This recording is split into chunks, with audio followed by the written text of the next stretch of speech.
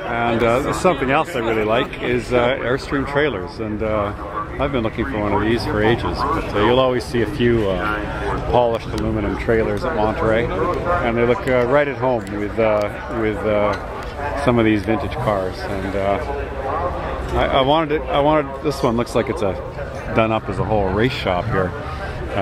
Anyway, I'd like to have one of these one day.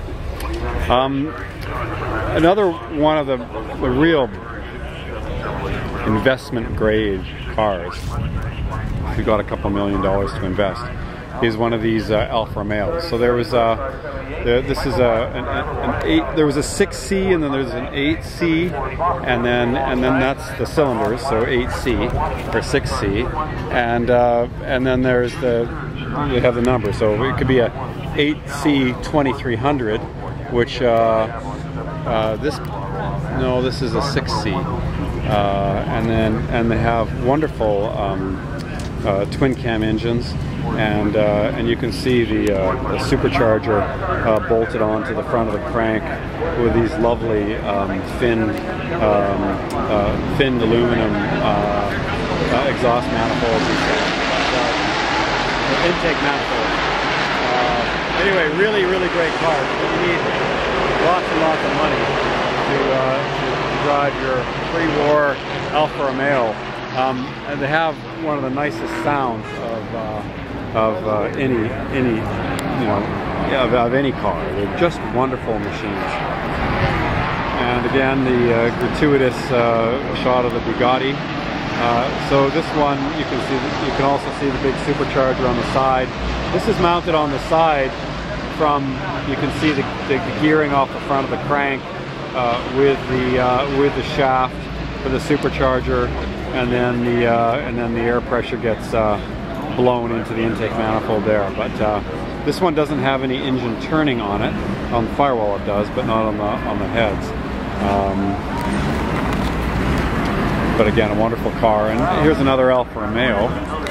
So let's see what this one is, and we can count the cylinders. So another straight 6 car, and this is the exhaust side of it, so we can see the exhaust manifolds there.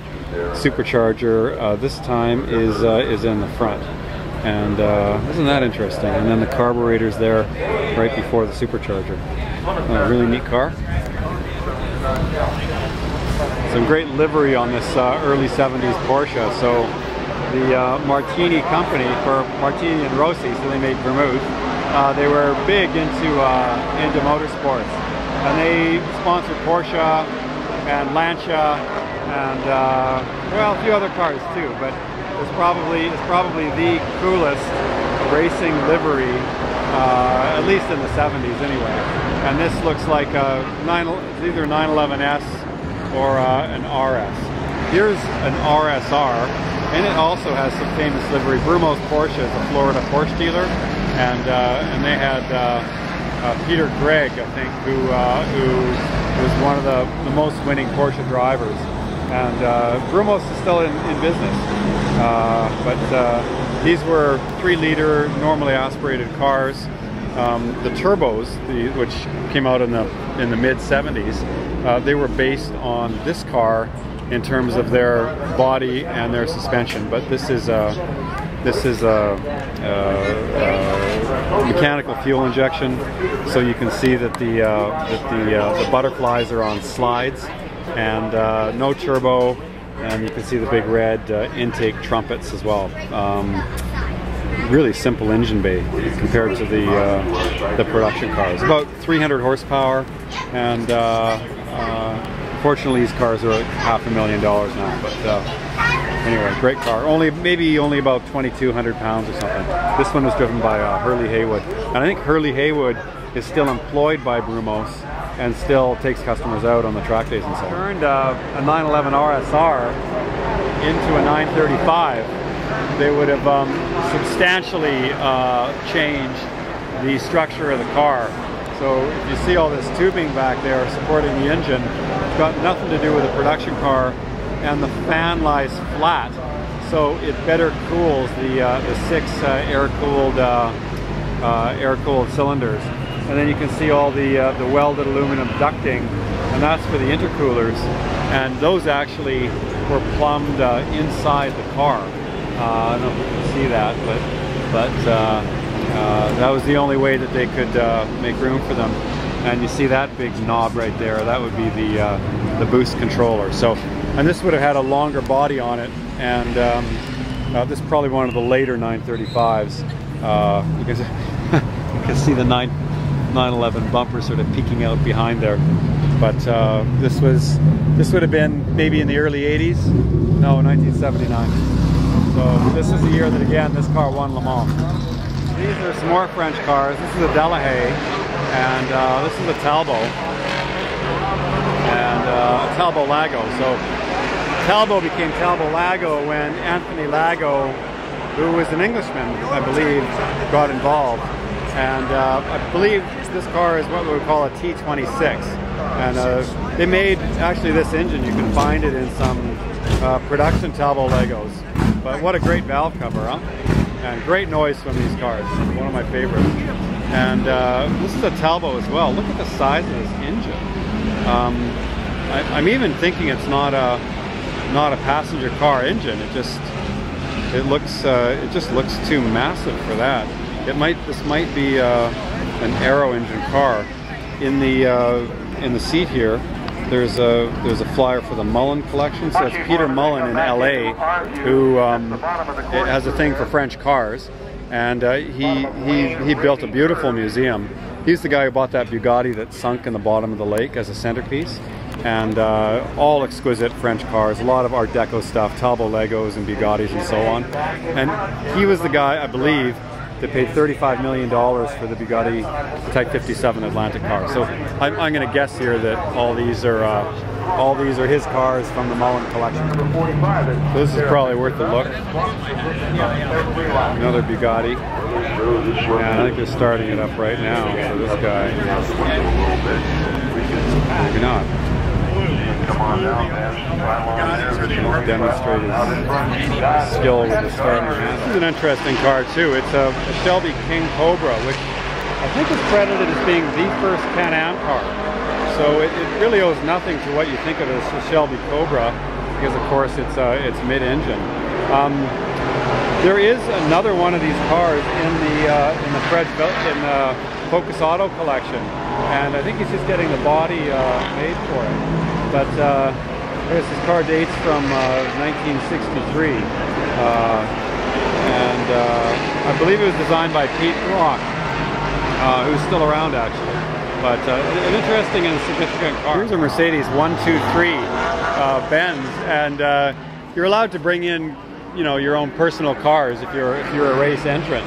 And it's funny to see like something like this, which is just like an honest, original, looks like original paint, California car. I like these a lot. I'd like to get a 123 station wagon, but it kind of looks in place, because I guess in the 70s when you were racing, this car would have been new, and somehow just it fits well, even though it's a pretty pedestrian machine in this company. We need a close look at this, because this is an Aston Martin DB Mark III. So this is the car that I have, and I've been anxious to see a good one, because of course mine's in pieces and I need to know how to put it together. So these cars, Aston, well, they figured out that it was just too expensive to go racing into Le Mans, and although they won in '59, I think David Brown just figured that the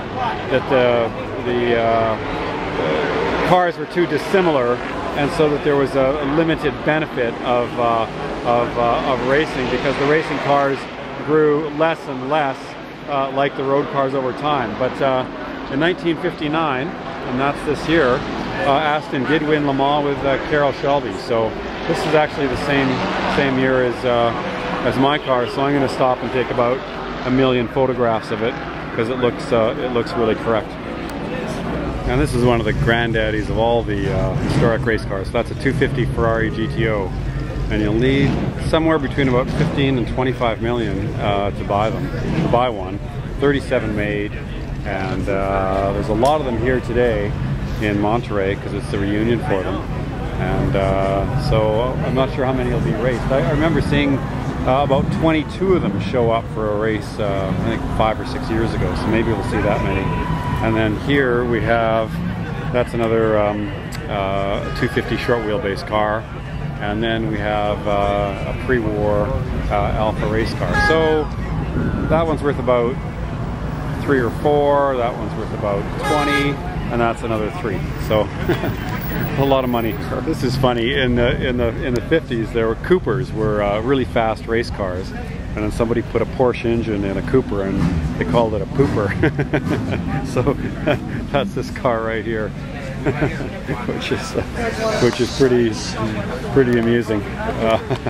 Also a fast car, and a couple really significant and important early Porsche race cars. So these were the 2-liter cars, and this was a 906 with a 6-cylinder, and then a 908 with the 8-cylinder car. So really lightweight and extremely fast cars, and you know, would have gone in the 1,000 kilometers of the Nürburgring and Le Mans trials, etc., etc. Wonderful cars. And this is fun.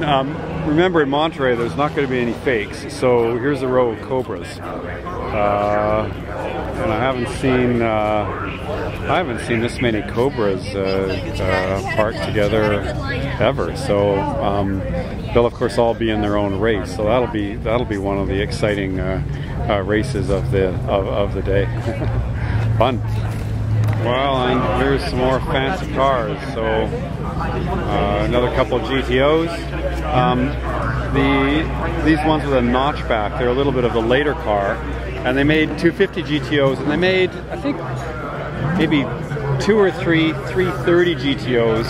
The 250 is a name for the displacement of one cylinder, so 3 liters, 12 cylinders is 250 cc's, and then the 3-liter cars are then they're then 4-liter cars. But it'll be great to see these on the track. A couple $100 million at a time, I think. It's an 80s Nissan race car, and we got the back off of this, and what I want to see on this car is the size of the turbo, which is just enormous on these machines. So let's have a look for that.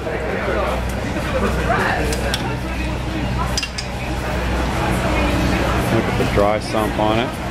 Well, it's buried underneath the bodywork, but it's great on the Monterey Historics because you can get you know, a real close look at the way these things are constructed. This is the era before carbon fiber, where everything was a tube frame with glass fiber, well, an aluminum monocoque, and then with a tube frame cradle for the engine, and you can see the mounting points for the suspension, etc. Glass fiber body. And what is this? It's a 599, but it looks like it's a 599 convertible, because it's got what appears to be a unique top on it, canvas top. So I'm not sure what this car is. Never even seen it before. I don't know if it's a one-off or not, but it's like a 599 Roadster. Never seen it before. Oh, what are they calling it?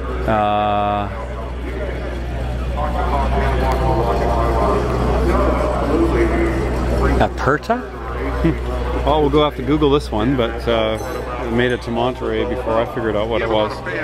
Anyway, it's kind of a odd looking machine, I'd say. But there can't be too many of these around.